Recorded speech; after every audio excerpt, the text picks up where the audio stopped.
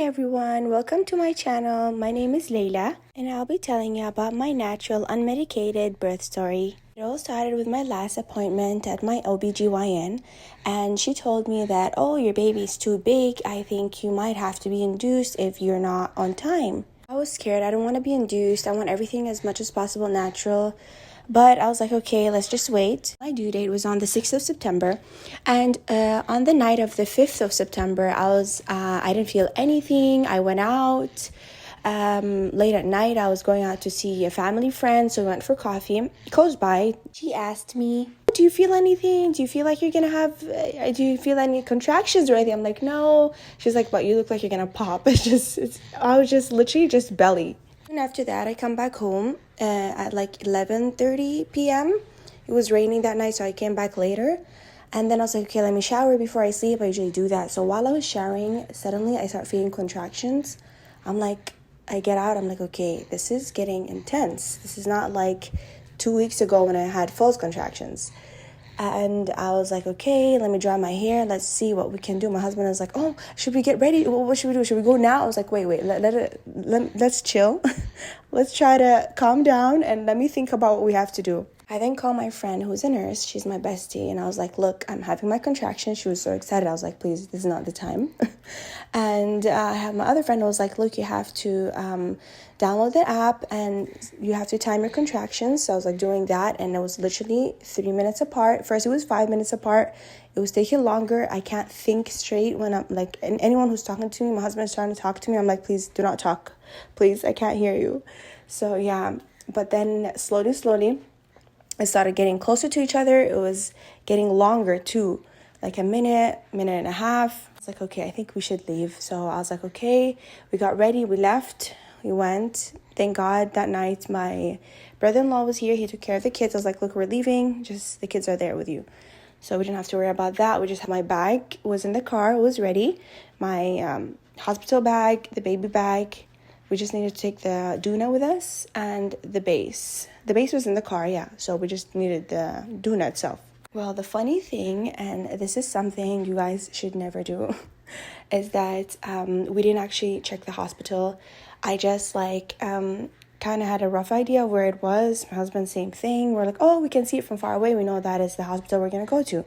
Every time we pass by it, like from far, we can see the billboard. So we're like, oh, that's fine. Now we go out. I'm like, okay, should we open the GPS? He's like, no need. I know where it is. We go. When we go to the location, there's literally no one in the building. I was like, okay, what's happening? We go to we see a security far away in like the other door. So we're like, okay, excuse me, we're in emergency. I'm delivering. I'm walking to that door. I can't really sit much now in the car. Literally the whole ride, I was like half sitting, half like trying to stand because of the contractions were getting really intense. Talk to the security tells us, oh, actually, this is the cancer patient unit. This is not the emergency room. I'm like, okay, where should we go? He's like, okay, he gives us the location is literally 14 minutes away. And I'm like, oh my God. Okay, we get back in the car. I start spotting, like, my water didn't break, it's just spotting. So I was like, okay, this is not really good, but okay, that's fine. Let's go. We go, reach the emergency. I'm in. I told you we've never been to the hospital, so they had to take some of my information. Thank God it was early in the morning. It was like, by the time we reached the hospital, it was around 2. Now, of course, they need to get out my information and stuff like that. My husband's like, why is this taking so long? And I was like, look, we've never been here. So yeah, this is normal. And my friend arrives, and I was so proud of her. I was crying, though, by the way. I was crying. I don't know why. I think I was just happy and relieved that she came on time. She usually is always late. They then bring me a wheelchair. The nurse comes. She's guiding me and guiding us, actually, for what we have to do. She's like, okay, now I have to check you. Let's see. And then we'll go on from there. Okay, she checks me and she's like, oh, actually, we have to go to the delivery room. You are 7 centimeters. I was like, oh, okay, that's good. Mind me, this is my third baby, by the way. So I didn't want to go into the hospital too early. I like to go later. So when I go in, I just go to deliver. I don't go and sit down and wait. And they hook me onto all these different devices. I don't want any of that. Rush me to the delivery room. They prepare everything. She's like, okay, do you have a birth plan? Thank God I had a birth plan. This is actually the first first time I've done this. In my other 2 deliveries, I've never done it.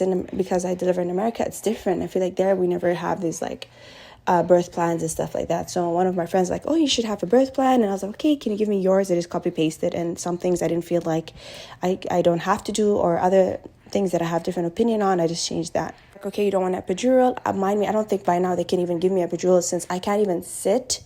Of course, for an epidural, you have to sit down. They have to do all of that. So the only thing they could do was the IV. And I was like, I'm not, okay, can you just wait on the IV whenever I feel the contraction in between, and I feel like relieved a little bit, you can do it. So they did it right away. Sisters were very nice. They're like, oh my God, you're so strong, you don't want an epidural. And I was like, I can't even think. But yeah, thank God I didn't take that. Actually, in my opinion is that I'd rather go through the pain, so I would know exactly what my body is telling me to do. If my body wants to push, if my body needs whatever it needs, I need to feel that. I can't just sit there and people tell me, oh, push. No, I can't do that. That's my opinion. After that, my contractions became very bad, and I literally told my friend, I need to rest. She's like, what? She's like, I was like, I'm gonna go to sleep just for a little bit.